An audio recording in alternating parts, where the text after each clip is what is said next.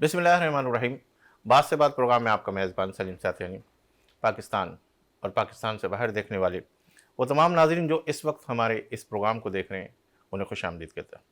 इन अशार के साथ अपने इस प्रोग्राम का आगाज़ करने लगा हूँ कि खुददार मेरे शहर का फाकों से मर गया, खुददार मेरे शहर का फाकों से मर गया। राशन जो आ रहा था वो अफसर के घर गया, राशन जो आ रहा था वो अफसर के घर गया। चढ़ती रही मज़ार पर चादर तो बेशुमार, चढ़ती रही मज़ार पर चादर तो बेशुमार। बाहर जो एक फ़कीर था सर्दी से मर गया, बाहर जो एक फ़कीर था सर्दी से मर गया। रोटी अमीर शहर के कुत्तों ने छीन ली, रोटी अमीर शहर के कुत्तों ने छीन ली। फाका गरीब शहर के बच्चों में लुट गया। चेहरा बता रहा था कि मारा है भूख ने, चेहरा बता रहा था कि मारा है भूख ने। हाकिम ने कह दिया कि कुछ खा के मर गया। नाज़रीन, आज गुफ्तगू करेंगे 2023 का साल सियासत के हवाले से, माशी हवाले से कैसा गुजरा और 2024 का साल सियासत का क्या मंजरनामा पेश कर रहा है। इसी हवाले से गुफ्तगू करेंगे। मेरे साथ तशरीफ़ फरमाए हमारे बहुत अच्छे दोस्त, हमारे बहुत अच्छे मेहमान बैरिस्टर अली ताहिर साहब, माहिर कानून है, तज़किया निगार है। इन्हें आज के इस प्रोग्राम में खुश आमदीद कहते हैं। अस्सलाम वालेकुम। Thank you very much sir. मेरे दूसरे मेहमान हैं, सियासत के हवाले से, माशी हवाले से, अवामी मसाइल पर बड़ा खुल कर कहते हैं और सोशल वर्कर हैं और एक NGOs चला रहे राव इमरान सुलेमान साहब। इन्हें भी आज के इस प्रोग्राम में खुश आमदीद कहते हैं। अस्सलाम वालेकुम। Thank you sir. वैसे साहब, आपकी तरफ आता हूँ कि जिस तरीके से आप ये सारी चीज़ें देख रहे हैं, माशाल्लाह, जिस तरीके से हमारा मुल्क है और इसके अंदर जो नशो व फराज ख़ास तौर पे 2023 के आपने देखे सियासत के हवाले से, माशी हवाले से, कभी उठता गया, कभी बैठता गया, फिर सियासत के मंजरनामे में बहुत सारी तब्दीलियाँ देखी। इसको आप कैसे देखते हैं? बिस्मिल्लाहिर्रहमानिर्रहीम। सबसे पहले तो जो दो अशार आपने जो है कहे वो बड़े रूह को छूने वाले थे और मैं खुद लरज़ गया सुनकर, लेकिन बड़े हकीकी मानों में आपने जो है बात को बयान कर दिया चंद अल्फाज के अंदर। तो ये जो साल था 2023 गुजर गया, आया और चला गया, वक्त का पता नहीं लगा। मगर इसके अंदर आप देखिए कि गरीब और गरीब तर हो गया, अमीर और अमीर तर हो गए। सारे बयानिए हमारे सामने आ गए कि करप्शन को खत्म किया जाएगा, करप्ट लोगों को पकड़ा जाएगा, इस मुल्क में अकाउंटेबिलिटी हो गई। सारी अकाउंटेबिलिटी जो इस साल के शुरू में मेरे जैसे मासूम पाकिस्तानी समझते थे कि होंगे, वो आकर ख़त्म हुई कि मशीनें, बायोमेट्रिक की मशीनें जो हैं वो मुजरिम के पास खुद एयरपोर्ट पहुंच गई, नोटिस के बगैर नैब हाजिर हो गई, प्रोटेक्टिव बेल मिल गई, नैब ने जाकर उसके बाद जी अपील वापस ले ली और उसकी बुनियाद पे क्विटल हो गए।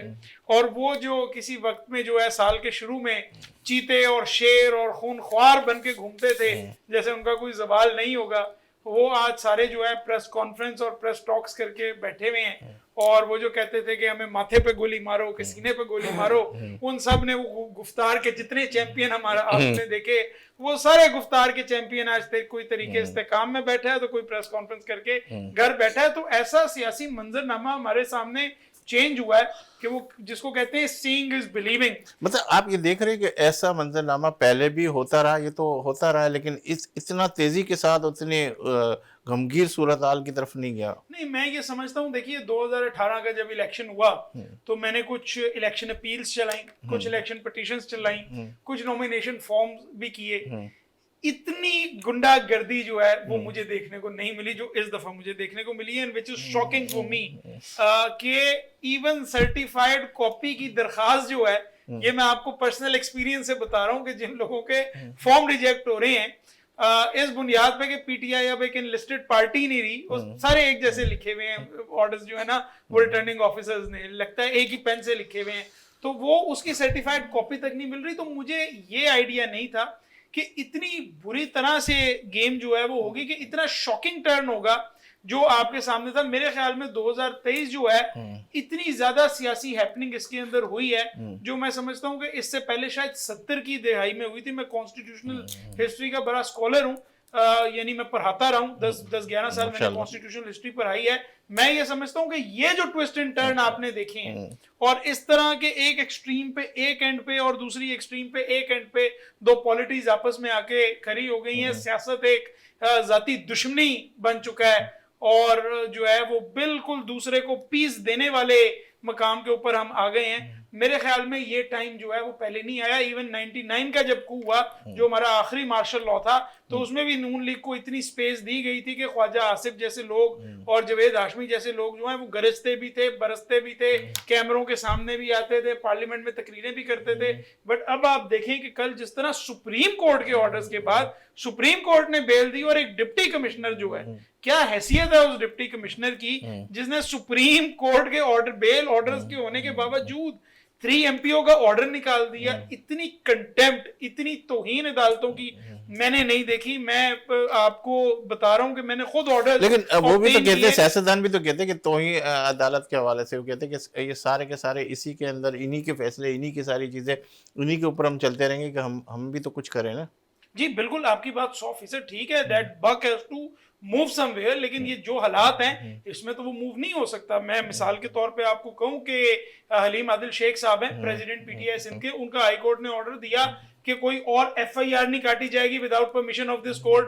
तो 5-5 साल पुरानी FIR पुलिस लेके आ गई। उसके बाद पुलिस पे कंटेम्प्ट लगी कि और नए में अरेस्ट नहीं किया जाएगा, तो उन्होंने जो है वो MPOs नहीं। तो ये सारी चीजें जो हैं वो हमारी आंखों के सामने, इतना कंटेम्प्ट मैंने नहीं देखा। और ये इस हद तक आ गया है कि हाई कोर्ट एक केस में बेल देती है, वो जैसे ही शख्स बाहर निकलता है अदालत के बाहर से वो दोबारा गिरफ्तार हो जाता है। मेरे ख्याल में ऐसी कंटेम्प्ट मैंने तो होते हुए नहीं देखी। आखिरी जो है वो 2007 में हुई थी, जब एक चीफ जस्टिस को बालों से पकड़ के बाहर निकाला था। उसका एक बड़ा फिर रिएक्शन आया था और वो जो जजेस डिपोज हुए थे वो वापस आके बैठ गए थे, वो रिस्टोर हो गए थे। अब इसका देखते हैं कि अल्टीमेटली क्या बनता है। लेकिन ये साइफर से लेकर और तोशा खाना तक, और फिर तोशा खाना से लेकर ये अल कादिर यूनिवर्सिटी तक, ये तमाम अगर आप देखिए तो अदालतें आर एट द सेंटर। जो अदालतें पहले भी नहीं है, they are at the centre of the political controversy. लेकिन जो अदालतों के ऑर्डर्स के साथ हो गया इस साल के अंदर, मैं नहीं समझता कि इसकी कोई इवन मैं एक बात और करूं, इवन जब आपने जुल्फिकार अली भुट्टो साहब को फांसी पे लटकाना था, उनको शहीद करना था, तो KM सिमधानी ने लाहौर हाई कोर्ट में बेल दी थी। तो भुट्टो साहब बेल पे छूट गए थे और बेल पे छूट के ट्रेन मार्च किया था। उसके बाद कसूर की FIR पकड़ी थी और फिर उस FIR में गिरफ्तार किया था। तो कम से कम एक मोडस था, एक ऑपरेंडी था, वो मौजूद था कि हाँ कागज होगा तो कार्रवाई करेंगे। यहाँ पर तो क्या नाइजीरिया बना दिया है। लेकिन पिछली सियासतों के, मैं आपसे एक और भी सवाल करता हूँ राव साहब, आपकी तरफ आता हूँ कि 2023 आप कैसे देखते हैं? जिस तरीके से बैरिस्टर साहब कह रहे हैं कि पूरा मंजरनामा चेंज था, सब चीज़ें हो गई, जिस तरह की जो चीज़ें नज़र आई मुझे वो पहले नहीं थी, अभी कुछ इस तरह की हो गई। हाँ जी, बिस्मिल्लाहिर्रहमानिर्रहीम। देखें, एक तो ये कि मैं भी ये कहना चाहूँगा कि बड़ा एक दर्दनाक अशार सुनाकर आपने प्रोग्राम का आगाज़ किया। और 2023 की अगर बात करें तो मैं तो 2 मिसरों के ऊपर एक बात कहूँगा कि मिटकर भी मेरी किस्मत से उरियानी ना गई, मिटकर भी मेरी किस्मत से उरियानी ना गई, जनाजा ख़रीदा कफन बेच डाला। तो इस वक्त जो 2023 की सूरत हाल है कि इतने जो मरे हुए थे, मजीद लोग उनको मारा गया है। और जहाँ तक आप सियासत की बात करें, ये वाकई तमाम सियासी जमातों को एक सियासी अमल में लाकर एक जमात को दीवार के साथ लगाया जा रहा है।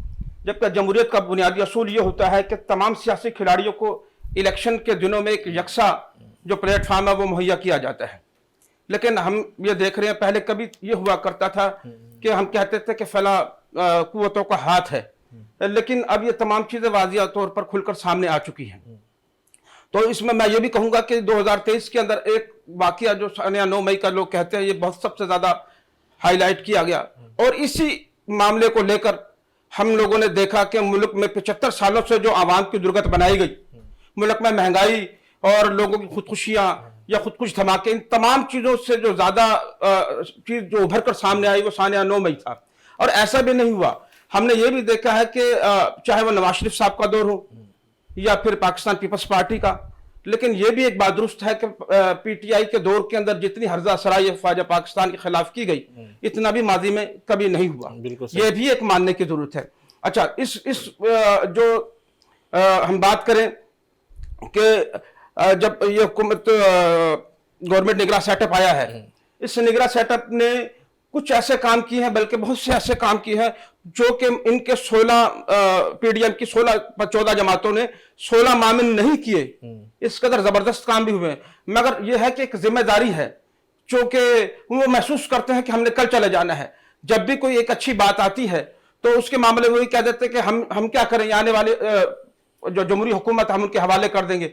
मतलब कि कोई भी अच्छी बात जो आवाम के लिए की जाए उसको को कबूल करने के लिए तैयार नहीं। जबकि मैं समझता हूं कि एक निजकारी का अमल, जो इदारों की निजकारी का अमल है, वो बड़े भयानक तरीके से इस मामले में इस निगरान सेटअप में 2023 में आया, जिसमें हम अगर बात करें पीआईए की तो 88 बिलियन का जो खसारा जो है वो इस साल इस कौम को देखना पड़ा है। इससे कबल जो पिछले साल हम चले जाएं तो 50 बिलियन का खसारा हुआ था। लेकिन इसकी जो बुनियादी वजह यह थी कि आज तक ये जो इदारा है अभी तक फल फूल नहीं सका। इसकी निस्बत 4 हमारी और भी कंपनियां हैं, प्राइवेट कंपनियां, वो किस तरीके से फायदे में जा रही है उसका। लेकिन बिलावल भुट्टो साहब तो कह रहे हैं कि ये पीआईए के हवाले से तो कह रहे हैं कि वो नवाज शरीफ साहब को पीआईए लेनी है, इसी वजह से वो सारी चीजें चल रही हैं। देखिए इल्जाम तराशियों का जो मैं बात कर रहा हूँ, बताता हूँ कि पाकिस्तान की 70 साल तारीख में ये सियासतदानों का या हुक्मरानों का एक वतीरा रहा है। वो ये है कि एक दूसरे पर कीचड़ उछालना। जब आप इख्तिदार में आते हैं तो आपसे कुछ नहीं बनता ना, तो वो आप ये कहते हैं कि गुज़िश्ता हुकूमत ने इस मुल्क का बेड़ा गर्क कर दिया, गुज़िश्ता हुकूमत हमें इस हाल में छोड़ गई।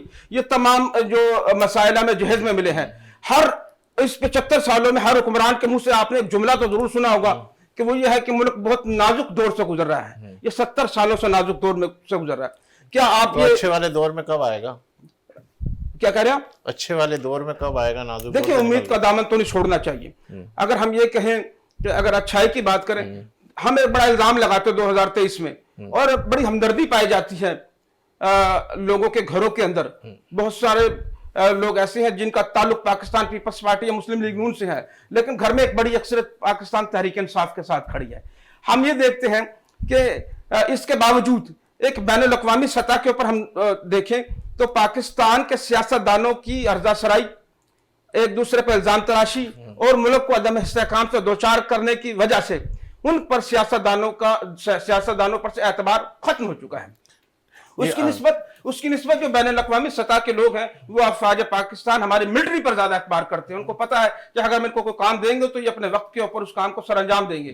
तो इसकी भी वजह यही है कि सियासतदानों के आपस के जो झगड़े हैं उसकी वजह से 2023 में इतनी हुई है, इस साल जो गया, इससे माजी में इतना ज्यादा हमने गंद कभी नहीं देखा। दोनों हजरात को मैंने बिल्कुल ही डिस्टर्ब नहीं किया, बोलने इसलिए दिया कि आप अपनी बात पूरी की पूरी कर ले। लेकिन मैं आता हूँ अली तार साहब आपकी तरफ के। आप कह रहे हैं कि जिस तरीके से 2023 का साल गुजरे उसके अंदर हमने नहीं देखा कि इस तरह की सियासत इतने नशे व फराज के साथ इतनी कठिन मराइल से गुजरी। लेकिन मैं देखता हूँ कि अक्सर ऐसा ही होता है कि जिसकी हुकूमत होती है फिर वो जो है इसी तरह की गिरफ्तारियाँ, इसी तरह के सारी चीज़ें चलती रहती है। फिर वो कहता है कि अब मेरी आ गई तो मैं इसको पीछे वाले को नहीं। ये तो हमारी सियासत का एक बिल्कुल इसी तरह का वो चलता है। तो आप किस तरीके से कह सकते हैं इन्होंने भी कुछ किया होगा तभी तो ये सारे भुगतना पड़ रहा है?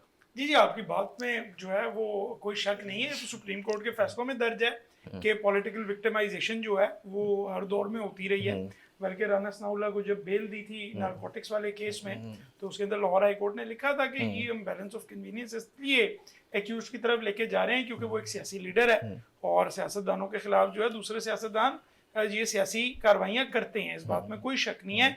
आज तक 1948 के बाद से 47 का मैं बीच में नहीं लेके जाता, ज़रा यूनिटी थी सियासतदानों में और कायदे मोहतरम जो हैं वो कायदे आज़म मौजूद थे, उनकी एक बड़ी लीडरशिप करिश्मा था। वो उस वक्त तो नहीं, पर 48 से आपने ये काम जो है शुरू कर दिया। लेकिन अभी और 50s में फिर आपने इदारों में जो है वो सियासत में अपना रोल शुरू कर दिया और उसके बाद विक्टिमाइजेशन और बड़ी। इस बात में कोई शक नहीं है। लेकिन कंपैरिजन कर लेते हैं ना, एक तरफ वो विक्टिमाइजेशन रख लेते हैं, एक तरफ ये विक्टिमाइजेशन। लेकिन हमारे यहाँ भी तो देखते हैं कि सियासतदान एक इस पार्टी से और उसी का भाई फिर दूसरी पार्टी में। जी जी, तो 100% इसी तरीके से वो loyalties सारा चल change रहा होती है हैं, कि कोई- यहाँ भी मिलेगा कोई वहाँ भी नजरिया तो मिलेगा, नहीं है, यहाँ भी मिलेगा वहाँ भी मिलेगा। आज न्यूज पे खबरें आ रही थी कि नून लीग मंशूर बना रही है और बिलावल भुट्टो ने हाँ। अपना मंशूर जो है वो बयान किया, और मैं तो हंस रहा था बैठ के कि इस मुल्क में कौन सा मंशूर और कौन सी जो है वो नजरिया, ये तो दो लोटे पहले इधर होते हैं फिर इधर हो जाते हैं और फिर इधर हो जाते हैं। और माजरत के साथ मैं तो, आप बेशक उसको गैर पार्लिमानी लफ्ज समझे, मैं तो उनको लोटा ही कहूंगा, जो हर इलेक्शन साइकिल में जहां कन्वीनियंस होती है उधर चले जाते हैं। मगर बात इसके अंदर जनाब ये है कि लेट्स से फॉर एग्जांपल एक कंपैरिजन कर लेते हैं। एक बंदे के ऊपर आपने केस बना दिया, उसको कोर्ट ने बेल दे दी, बेल देके वो घर चला गया, ये तो हमने होते हुए देखा। लेकिन ये हमने पहली दफा देखा कि जिसको बेल दी गई उसको जो है दूसरे केस में गिरफ्तार कर लिया, और उसके बाद जिस जिस केस में बेल देते रहे उस केस में किया। यहां तक कि लाहौर हाई कोर्ट ने फैसला दिया कि परवेज इलाही को घर पे छोड़ के हैं, इनको किसी और में अरेस्ट ना किया जाए, तो इस्लामाबाद पुलिस ने आके जो है अरेस्ट कर लिया। ये भी मैंने अपनी प्रोफेशनल जिंदगी में पहली दफा देखा कि इस्लामाबाद की एक अदालत ने जो है वो वारंट ऑफ एड्रेस जो है अरेस्ट निकाले, और 5 मिनट में वो लाहौर के अंदर एग्जीक्यूट हो गए और खान साहब को आप गिरफ्तार करके ले गए। ये भी मैंने पहली दफा देखा कि जब एक पब्लिक ट्रायल होने लगा तो इंतजामिया ने जो है जेल ट्रायल का नोटिफिकेशन निकाल दिया। ये भी मैंने अपनी प्रोफेशनल लाइफ में, मैं 2018 में भी था, एक वाकया हुआ था जिसमें मरियम नवाज साहिबा का रात को कमरा यहाँ पे तोड़ा गया था, होटल का कमरा था, उसका दरवाजा तोड़ा गया था, तो हमने बड़ी उस पर तनकीद की थी। वो एक आइसोलेटेड वाकया था। लेकिन ये पिछले 6 महीने में अगर कोई कैंडिडेट पीटीआई का नहीं मिल रहा तो उसके भाई को उठा के ले जाते हैं, उसके बच्चे को उठा के ले जाते हैं, उसकी बहन को उठा के ले जाते हैं, उसके भाई को उठा के ले जाते हैं। और मैं तो आपको बताऊं, मैं तो सिर्फ एक प्रोफेशनल वकील था, तो मेरी गाड़ी जो है उसके ऊपर पुलिस वालों ने आके, खड़ी हुई गाड़ी को, और पुलिस वालों ने आके उसके ऊपर जो है डंडे बरसा दिए और मेरी गाड़ी जो है शीशे विशे उसके तोड़ दिए। जिसके बाद मैंने खत लिखा केयर टेकर चीफ मिनिस्टर को, मकबूल बाकिर साहब को, और पुलिस ने ऑफिशियली मुझसे अपोलोजाइज तो किया, मगर बात यह है कि एक मैसेज था कि आप ज्यादा केसेस में आगे ना आए, आप इसके अंदर से विड्रॉ करें। तो ये जो सारी चीजें हमें देखने में नजर आ रही है ना, ये बड़ी एक भयानक सूरत हाल है। और खास तौर पे 2018 में तमाम लोगों ने इलेक्शन लड़े, कोई नवाज शरीफ जो है सिर्फ उसको डिस्क्वालीफाई करार दिया गया, बाकी सब ने तो लड़े। यहाँ पे तो नॉमिनेशन पेपर्स जो है वो रिजेक्ट भी कर दिए। इस पे गुफ्तगू करता है एसएम नकी साहब मेरे साथ टेलीफोन लाइन के ऊपर, पाकिस्तान पीपल्स पार्टी के। अस्सलाम वालेकुम।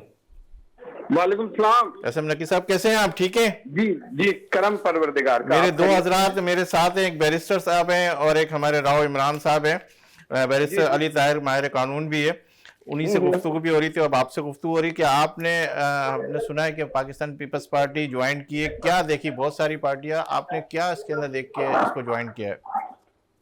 देखें, मैंने कुछ देखा ही होगा। असल में मैं कभी सियासत में आना नहीं चाहता था। जी जी, मेरा ताल्लुक मेन जो था अज़ादारी से और समाजी कामों से था। जी जी, बिल्कुल था। लेकिन जब मैंने ये बस टाउन ब्लास्ट हुआ है, दोनों बिल्डिंगें तबाह हुई हैं, तो मैं उसका इंचार्ज था। अल्लामा तालिब जौहरी साहब जो सरपरस्त थे हमारे, तो मुझे उन्होंने उसका इंचार्ज बनाया था। 5 लोगों की टीम बनाई थी, ठीक है, उसका इंचार्ज। तो मैंने सिंध गवर्नमेंट से जो है ये कंप्लीट कराई थी बिल्डिंग, ठीक है, सिंध गवर्नमेंट ने बड़ा साथ दिया था, और ये 14 महीने में जो नामुमकिन काम था वो हुआ था। ठीक है, तो ये हमने बना के जिन लोग बेचारे उससे तबाह हाल हुए थे उनको मकानात वगैरह दिए थे। ठीक है। तो एक दिन सईद भाई मेरे पास आए घर पे 1-2 दफा, तो उन्होंने कहा पीपल्स पार्टी ज्वाइन करें। तो मैंने कहा क्यों, मैं सियासत में नहीं आना चाह रहा। उन्होंने कहा देखो अभी ये तुमने बास टाउन का था, कराया किसके साथ मिलकर, मैंने कहा सिंध हुकूमत से। तो कहने लगे इसमें इन होके काम और आसानी से करा सकोगे। तो मेरे बात समझ में आई, मैंने मशवरा लिया, इसलिए ज्वाइन की। अच्छा, आप ये समझते हैं कि सोशल काम के अंदर आपको ये पार्टी बड़ी सपोर्ट करेगी, यही कहना चाह रहे हैं? नहीं, किया है। जो भी हमें जहां जरूरत पड़ी, जिस जगह भी सड़कों की, मतलब औरंगी, कोरंगी, नाजमाबाद, मलीर, जहां जहां हमें जरूरत पड़ी, इसलिए कि मैं एक प्रेसिडेंट भी हूँ एमटीए का। जी जी, तो हमें बड़ी सहूलत से हुकूमत से, इसलिए कि हुकूमत ही नहीं की है, तो आसानी हुई कामों में हमारे बहुत ज्यादा। इसलिए कि दूसरी पार्टियों को भी देखा है मैंने। अच्छा, आप वो अब्बास टाउन की तो बात कर रहे हैं कि नो डाउट उसके अंदर आपके साथ बड़ा कोऑपरेट किया गया, लेकिन कराची के हवाले से आप क्या कहते हैं कि कराची के अंदर पीपल्स पार्टी ने काम किए? लोग कहते हैं कि इतने ज्यादा काम नजर नहीं आ रहे, इसकी क्या बुनियादी वजह है? देखिए, कराची में अभी तो 2-2.5 साल में जो सेंट्रल में डॉक्टर आसिम साहब ने काम किए, जी तकरीबन 16 अरब के करीब यहाँ लगाए। तमाम रोडें, अंडरपास, बहुत बड़े बड़े काम, लाइटें, जो प्रॉब्लम सेंटर 20-25 साल में किसी ने हाथ नहीं लगाया था, वो चेंज कर दिया उन्होंने काफी हद तक, और अभी भी काम कर रहे हैं। तो अब पार्टी का है भी एम कि कराची पे फोकस करना है, इसलिए कि मेरी चेयरमैन साहब बिलावल साहब से मुलाकात जब हुई और जरदारी साहब से भी, उन्हीं ने भी वादा किया कि हम कराची को फोकस करेंगे। असल में पहले उनकी मजबूरी थी, कोई एमएनए एमपी आपको पता है इधर से होते नहीं थे इनके। नहीं, तो अभी फोकस करेंगे, अभी फोकस किया नहीं है क्या? नहीं, कर मतलब रहे हैं, मजीद करेंगे। लेकिन जमात इस्लामी तो कहती है कि कराची के अंदर कोई पीपल्स पार्टी ने इतना अच्छा काम नहीं किया, हमने जो काम किया वो आपके सामने है, वो हमेशा हर चीज के ऊपर आवाम के हवाले से बोलते रहे। तमाम सड़कें और जितनी भी हैं भी लकी वाली और ये जितनी सड़कें सब पीपल्स पार्टी ने बनाई है। जमात इस्लामी कहती है उन्हें करना चाहिए लेकिन नहीं कर रहे, इसलिए कि मेयर भी आपको पता है कभी पीपल्स पार्टी का मेयर नहीं था। ये यहाँ पे मेयर भी दूसरों के थे, एक्सेस नहीं थी पार्टी की कहीं भी। लेकिन अब हालात चेंज हो रहे हैं, इसलिए कि अच्छे लोग लेके आ रहे हैं। अभी डॉक्टर आसिम ने जो टीम सेंटर में लेके आया, सब कारोबारी लोग हैं और सब का यही है कि कराची को हमने फोकस करना। अच्छा, अगर मैं ये कहूं कि ये पीपल्स पार्टी कराची के अंदर आप सब इसके अंदर लगे हुए हैं, माशाल्लाह जिस तरीके से आप मेहनत कर रहे हैं, बिल्कुल हर पार्टी को अपनी आवाम के वोट के हवाले से हक है कि वो जो भी पार्टी को कहते हैं इलेक्ट करे।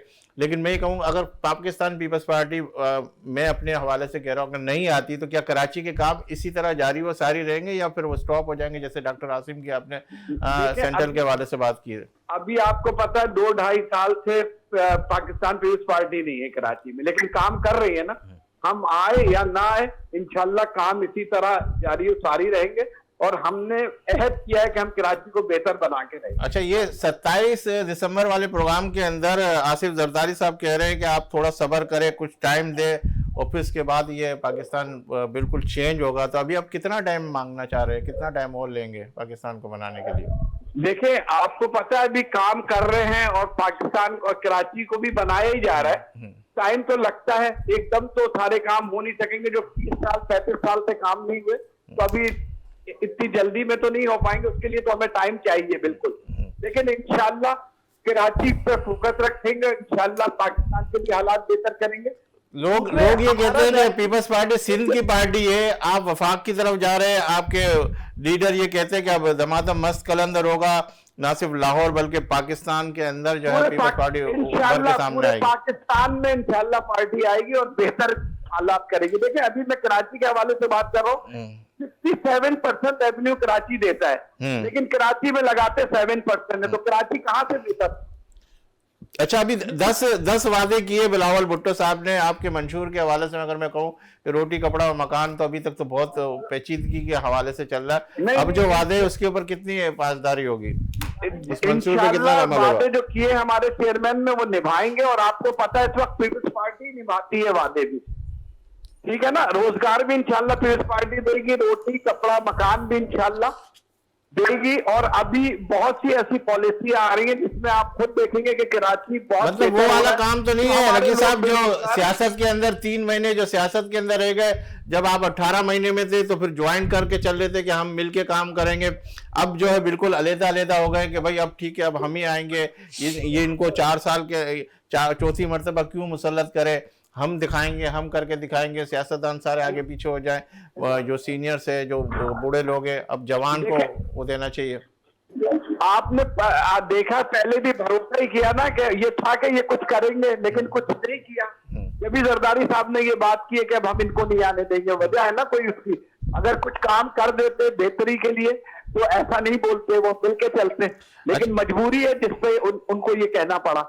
अच्छा नकी साहब, आप मेरे साथ लाइन के ऊपर ही रहेंगे। मेरे बैरिस्टर अली ताहिर साहब है और राव इमरान सुलेमान साहब हमारे तजिया निगार है, इनसे पूछ लेते हैं कि जो ये नकी साहब कह रहे हैं उसके अंदर आप क्या समझते हैं कि ये सही है? बिल्कुल बैरिस्टर साहब आपसे कहूंगा। जी, मैं बड़े गौर से मैं बात सुन रहा था।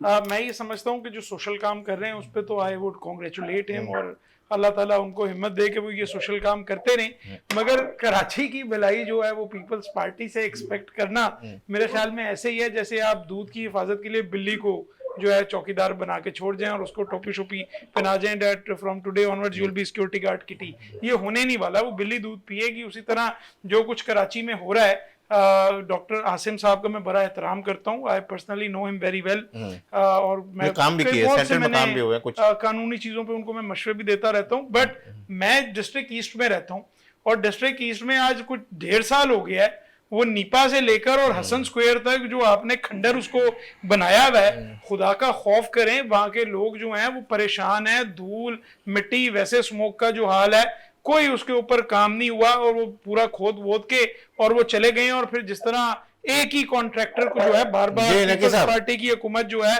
वो माशाअल्लाह जिस तरह नवाजती है, वो भी बड़ी सरप्राइजिंग बात है कि आप 2008 से उठा के देखें कि वो कौन से कॉन्ट्रैक्टर्स हैं जिनको इंफ्रास्ट्रक्चर प्रोजेक्ट दिए गए हैं। इसकी कई मिसालें हैं जो अंडरपास जौहर चुरंगी पे बनाया गया है। मैं तो ग्राउंड में हूँ, डिस्ट्रिक्ट ईस्ट में रहता हूँ, तो मैं तो छोड़िए वो थियोरेटिकल बातें और छोड़िए आइडियोलॉजिकल बातें, ग्राउंड की बातें करते हैं। 2.5 साल और लगेंगे रोड भाई। वो जो अंडरपास जो बनाया है उसके अंदर वो जो स्टोन्स होते हैं पार्क वाले, फुटपाथ वाले जो बच्चों के क्रिकेट खेलने के लिए बनाए जाते हैं, वो आपने फुटपाथ के अंदर लगा दिए हैं। वो बेचारा बाइक वाला जा रहा होता है, उसको स्लिप होने का खतरा, जो गाड़ी वाला जा रहा है उसके टायरों का मसला। आप साइडों की रोडें देखें और अंडरपास कितनी जल्दी कंप्लीट होता है, इसलिए कि बहुत लोग परेशान हाल से, इसलिए क्विक स्पीड से ये किया है। और अभी उसको कंप्लीट पूरा हुआ नहीं है, साइड में काम हो रहा है। आप देखें उसकी साइडों की अभी काम हो रहा है, कितनी जबरदस्त बना दी गई है, वो भी तो आप चेक करें। जी राव साहब, आप कुछ कहना चाह रहे थे?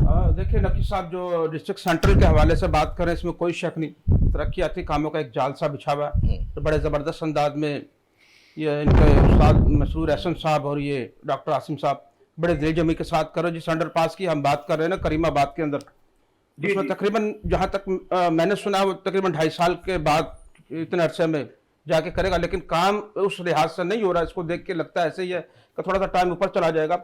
और दूसरा ये था कि इस मामले में कि मेरे भाई कह रहे थे, तो यकीनी तौर पर ऐसा होना चाहिए कि जब ये इनका जो मॉडल है वो बन जाता है तो उसमें उसके ऑडिट की जरूरत है कि कितना पैसा कहा गया था, कितना इसमें लगा है। मैं समझता हूँ कि ये तो फिर होगा तो बाद में पता चलेगा कि इस मंसूबे में भी कितनी करप्शन की गई है।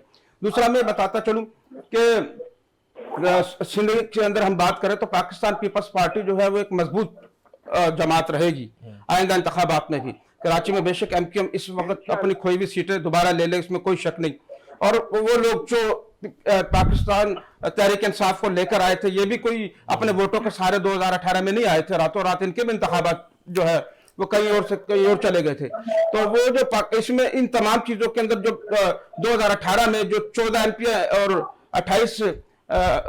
14 MN और 28 MP जो उनके हाथ से गए थे, उनके जवाब क्या कह रहे हैं नकी साहब कह रहे हैं कि वो पीपल्स पार्टी के हवाले से वो डिफाइन कर रहे हैं। आप जो जैसे बैरिस्टर साहब ने कहा कि जो चीजें हैं वो वाकई आप उसके ऊपर एग्री हैं। मेरा जहां तक ख्याल है कि इस वक्त देखो निहत्ते हैं PTI के लोग, जो इज्जत मिली थी वो निहत्ते हैं इस वक्त, ना तो अपनी दिफाई पोजीशन में है, ना ही उनके लोग इलेक्शन कैंपेन चला सकते हैं।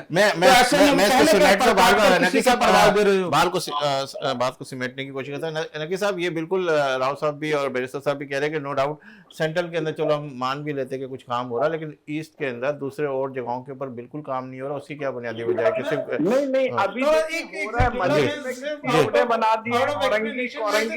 जी रकी साहब, इनकी बात सुन के फिर आप जवाब दीजिएगा। एक जुमला, मैं सिर्फ ये कि मैं आउट ऑफ रिस्पेक्ट डिफरेंस देते हुए सेंट्रल वाली बात को मान रहा हूँ, लेकिन मैं उसको एक्सेप्ट नहीं कर रहा। अच्छा। मेरे ख्याल में पीपल्स पार्टी कराची के लिए कभी मुफीद नहीं होगी। That is my version. तो मेरे ख्याल में कोई भी सियासी जमात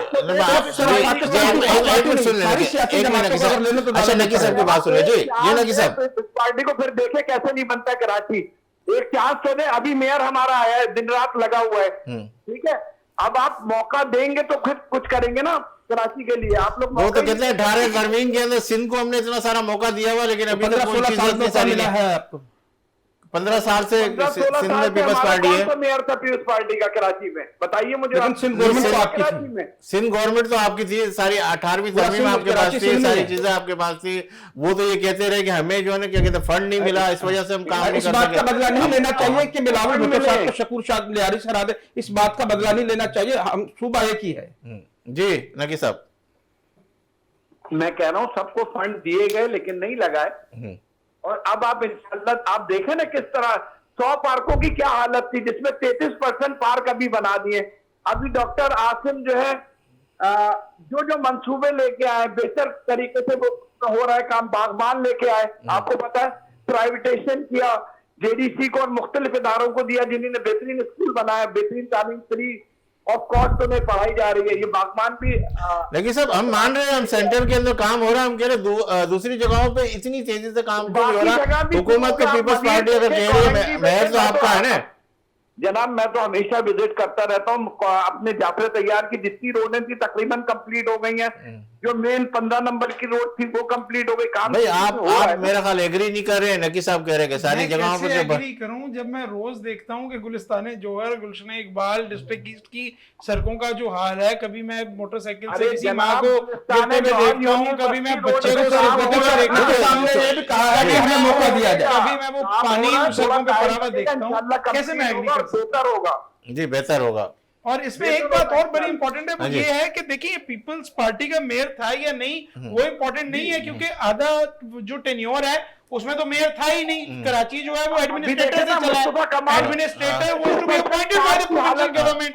पॉइंट नंबर 2, अगर आप मैं नकी साहब एक सेकंड में अर्ज कर दूं, अगर आप सिंध लोकल गवर्नमेंट एक्ट 2013 उठा के देखें, आए हम बात कर लेते हैं कि क्या जो है वो मेयर के बाइख्तियार है या फिर ये जो लोकल गवर्नमेंट के मिनिस्टर थे ये बाइख्तियार हैं। सब कुछ तो लोकल गवर्नमेंट के मिनिस्टर ने करना था, ऑफिसरों की ट्रांसफर पोस्टिंग से लेके। अगर मुर्जा वहाबाद चाहे भी कि अपने 2 ऑफिसर इधर से उधर कर दे, लोकल गवर्नमेंट मिनिस्टर की सेक्रेटरी की मर्जी के बगैर नहीं कर सकता।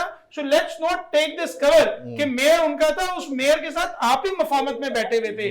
और आपकी रोज की एक तो रोमियो जूलियट की कहानी होती थी, वो बड़ा लोगों को पसंद आई थी, वो बड़ी ट्रेजिक एंडिंग थी। ये एक ऐसी कहानी थी एमक्यूएम और पीपल्स पार्टी की जो हर तीसरे दिन ट्रेजिक होती थी, एक दूसरे को गालियां देते थे, 3 दिन बाद फिर शहर और सूबे के वसी तर मुफाद के अंदर जपियां डालते। अच्छा आप जी जी तो और ये 2023 में भी होता रहा। ऐसा नहीं है कि माइनस अल्ताफ के बाद नहीं हुआ, ये चूंकि आप पूरे साल पे कर रहे हैं। 2023 में देख लें कि कितने रणबीर कपूर की फिल्मों से ज्यादा पीपल्स पार्टी और एमक्यूएम के ब्रेकअप हुए और दोबारा फिर मेकअप। लेकिन अभी अब तो नहीं हो रहे, अब तो नहीं हो रहे, अब तो नवाज शरीफ नकी साहब की बात सुन ले।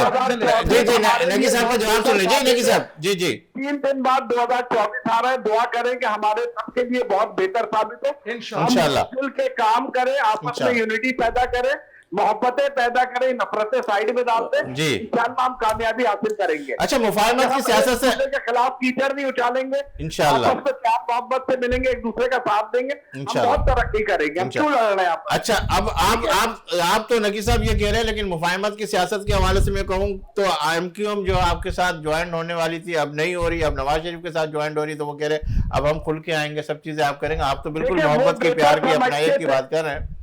जी जी जी वैसे एमक्यूएम का बनता नहीं था नून लीग के साथ मिलना, इसलिए कि उन्हें यहाँ पीपल्स पार्टी के साथ ही मिलना चाहिए था। वो बेहतर समझते हैं खैर इस सिलसिले में।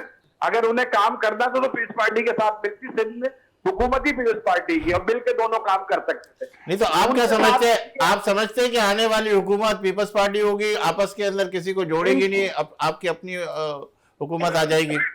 इंशाल्लाह पीपल्स पार्टी की हुकूमत होगी और आप देखेगा कितना चेंज आता है, आप देखिएगा।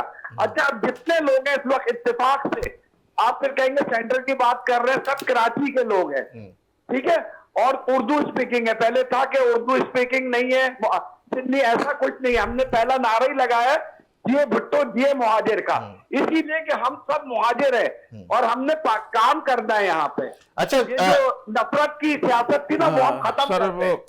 लेकिन साहब मैं ये आपसे सवाल कर रहा हूँ कि इस दफा जो पीपल्स पार्टी ने कराची के हवाले से जिनको टिकटें दिए वो ज्यादातर कौन से लोग नजर आ रहे हैं आपको, जिस तरह आप कह रहे हैं महाजिर है, जिस तरीके से? सब मुहाजिर और बिजनेसमैन लोग हैं। जो सेंटर की बात अभी मैं कर रहा हूँ आपसे, ऐसे ही सेंटर में जो है सारे कारोबारी और बिजनेसमैन लोग हैं और सारे उर्दू स्पीकिंग पढ़े लिखे लोग हैं।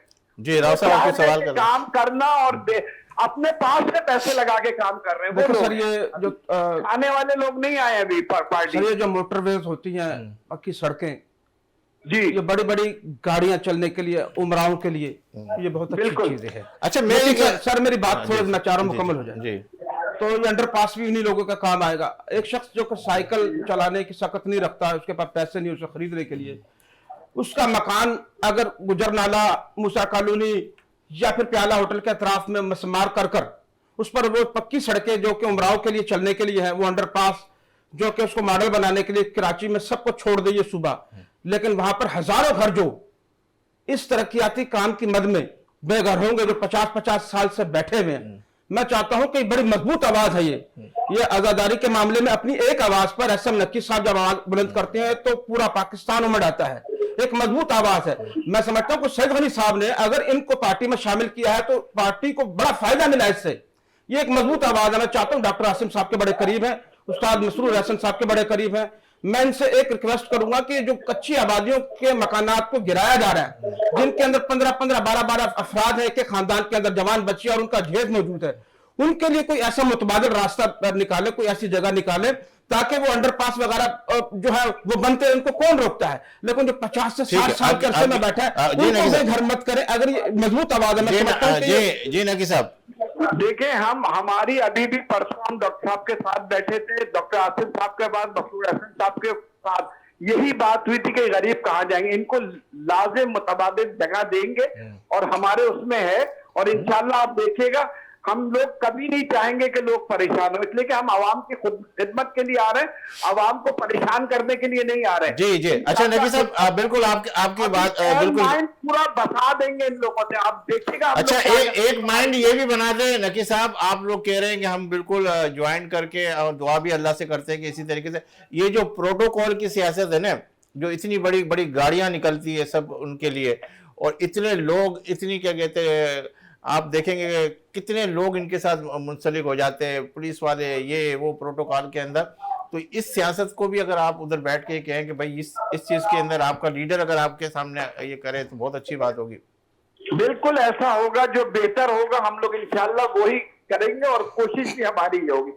हमारी कोशिश ही होगी सबको जोड़ना तोड़ना नहीं, हम सबको साथ लेके चलेंगे।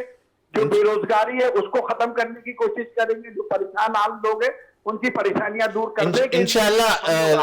नकी साहब इंशाल्लाह जुमलों पे नहीं, इंशाल्लाह ताला अमली तौर के ऊपर अल्लाह ताला लेकर आए हमारा 2024 हमारे सारे सियासतदानों के लिए, हमारा हमें अपने मिशन में कामयाब करे परवरदिगार। आमीन आमीन। जी बहुत शुक्रिया नकी साहब, आपने हमें वक्त दिया इस हवाले से, बहुत शुक्रिया।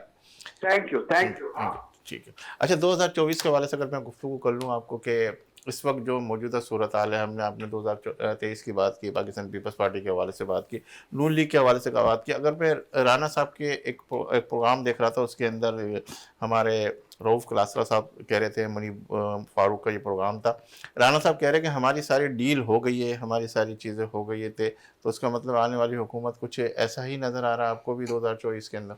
नहीं, मुझे डिफरेंट नज़र आ रहा है। अगर तो इलेक्शन हो गए और नॉन ट्रांसपेरेंट भी हो गए तो मेरे ख्याल में आप 70 को तो 50 कर सकते हैं, आप 90 को 50 नहीं कर सकते। मेरे ख्याल में आप इसको थोड़ी सी बाइस्ड राय समझ सकते हैं, क्योंकि मैं खुद जो हूँ बड़ा सपोर्टर हूँ इस वक्त इन हालात में, रहा नहीं हूँ पहले, इन हालात में हूँ। मेरे ख्याल में अगली जो हुकूमत है वो तरीके इंसाफ बनाएगी और उसकी जो है वो एक मेजॉरिटी सामने उभर के आएगी, क्योंकि जो वेव चला है और जो वेव मुझे नजर आ रहा है That is tremendous। उसके अंदर मेरा ख्याल है कि आप देख रहे हो इस वक्त जो सियासत चल रही है वो सियासत का क्या मंजरनामा है। जी राव साहब से लेके फिर आपकी तरफ आता हूँ मैं यही वाले सवाल लेके।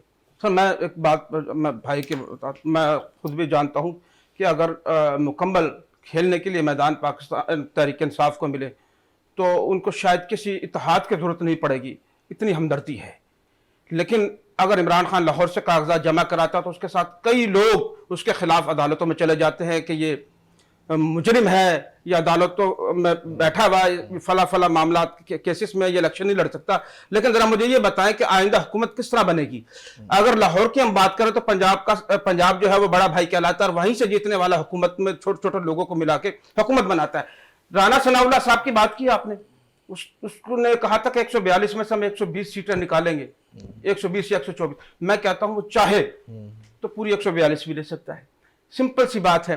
लाहौर की एक डीसी खातून है, 14 रिटर्निंग हल्के जो है उसके अंडर में आते हैं। अच्छा, वो इसी तरीके से और मामला देखें तो वो क्या चाहे और क्या नहीं कर सकते ये लोग। अभी तक जो आप मामला देख रहे हैं कि अब आज शाह महमूद कुरैशी साहब को देखा, इसके बावजूद भी। लेकिन एक चीज और भी है, इस थोड़ा सा हकीकत की तरफ आए, वो ये है कि हम कहते हैं कि इमरान खान खंबे को भी खड़ा कर दे तो वो जीत जाएगा। मेरा ख्याल है कि वो माहौल अब काफी कमजोर हो चुका है। अगर नहीं हुआ तो इलेक्शन आगे जाएंगे। अच्छा, मैं राव साहब से थोड़ा सा डिसएग्री यहाँ पे इस तरह करता हूँ कि इमरान खान खंबे को खड़ा कर दे। मैं इस हद तक मैं इनकी बात से एग्री कर रहा हूँ ना कि वो खंबे को खड़ा करे, वो बात पुरानी हो गई है, बिल्कुल पुरानी हो गई है। इस वक्त तो मैं ये समझता हूँ ये हालात हैं कि वो खंबे पे लगी हुई तार को भी खड़ा कर देगा तो वो तार भी जीत जाएगी। इस वक्त वो इतना पॉपुलर है। और ये इलेक्शन के अंदर इलेक्शन के अंदर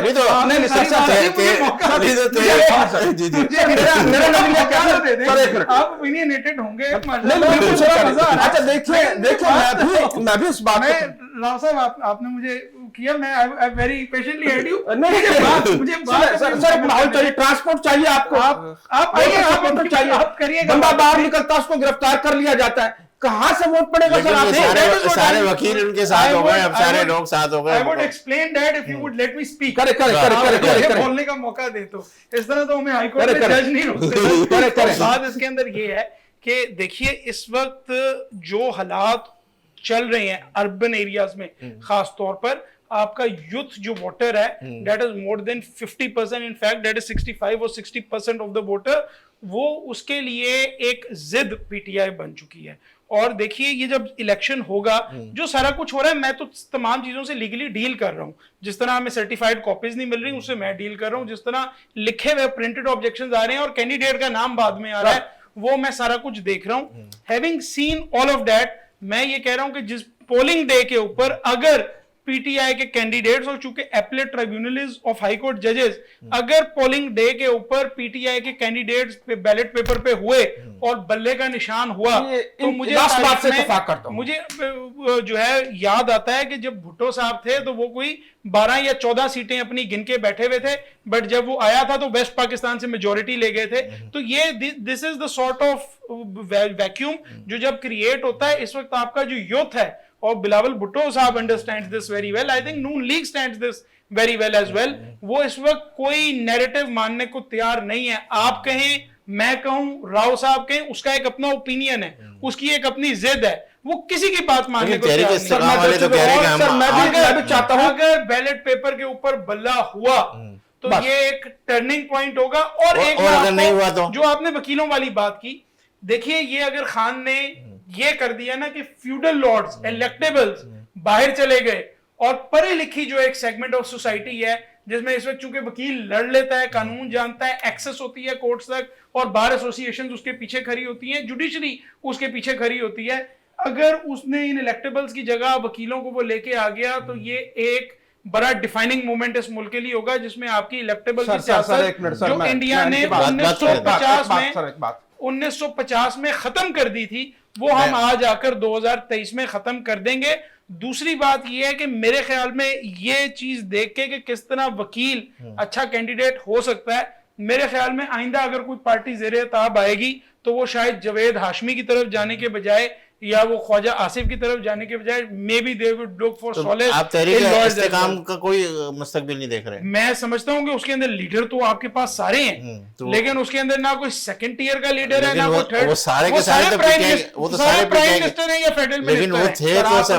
सर एक बात है, मेरे भाई का हौसला जो है ना वो माशाल्लाह से बेहतर है, और मैं समझता हूँ जो वकुला है बड़ी खतरनाक बिरादरी है।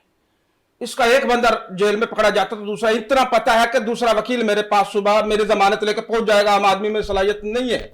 अब ये थोड़ा सा इनके अंदर मजबूती आई है पेशावर हाईकोर्ट के फैसले से। मेरी बात सुनिए, बल्ले का निशान बहाल हुआ, ये तारीख दान है, तारीख को पढ़ाते हैं। 1993 में नवाज शरीफ साहब को जब हटाया गया तो आला अदलिया ने उसी पार्लियामेंट को दोबारा बहाल किया।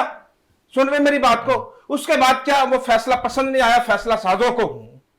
फैसला साज आज कहां खड़े हैं जरा गौर फरमाइएगा। उस वक्त भी नवाज शरीफ के साथ यही माहौल था, तो फिर क्या हुआ? उन फैसला साजों ने इतना मजबूर कर दिया कि नवाज शरीफ को खुद रिजाइन करना अच्छा, पड़ा। मैं बल्ले के हवाले से कहूँ कि अगर बल्ले का निशान जिस तरीके से जो सचिव पंच में चल रहा है, आप समझते हैं कि ये रहेगा या कुछ आप इसमें कानूनी पेचीदगी? तौर पर पूछ रहे हैं या ग्राउंड रियलिटी पे हाँ। पूछ रहे हैं? अगर तो कानूनी तौर पे पूछ रहे हैं तो बल्ले का निशान इस पॉलिटिकल पार्टी का राइट है, वो उससे नहीं छीना जा सकता। चूंकि जिस सर्टिफिकेट की बात हो रही है वो सर्टिफिकेट तो जमा हुआ है, उसकी फैक्चुअल इंक्वायरी करने की ताकत जो है वो इलेक्शन कमीशन के पास इस तरह से नहीं है जिस तरह से 12-13 दिन में उन्होंने कर दी। तो कानूनी तौर पे तो बल्ला पाकिस्तान तहरीक इंसाफ को मिलना चाहिए। नंबर 2, मुझे ये नजर आता है कि इलेक्शन कमीशन ने आज एक एड इंटरिम ऑर्डर पे, जिसपे कभी अपील फाइल नहीं होती, आज एक एड इंटरिम ऑर्डर पे इलेक्शन कमीशन ने अपील फाइल करने का फैसला कर लिया है। तो मेरा ख्याल है कि वो जो पॉलिसी मेकर्स हैं उनका भी विजन बड़ा, वो वैसे ही सबको पता ही है, बट बड़ा क्लियर है कि बल्ला अगर छीना जा सकता है तो छीना जाए।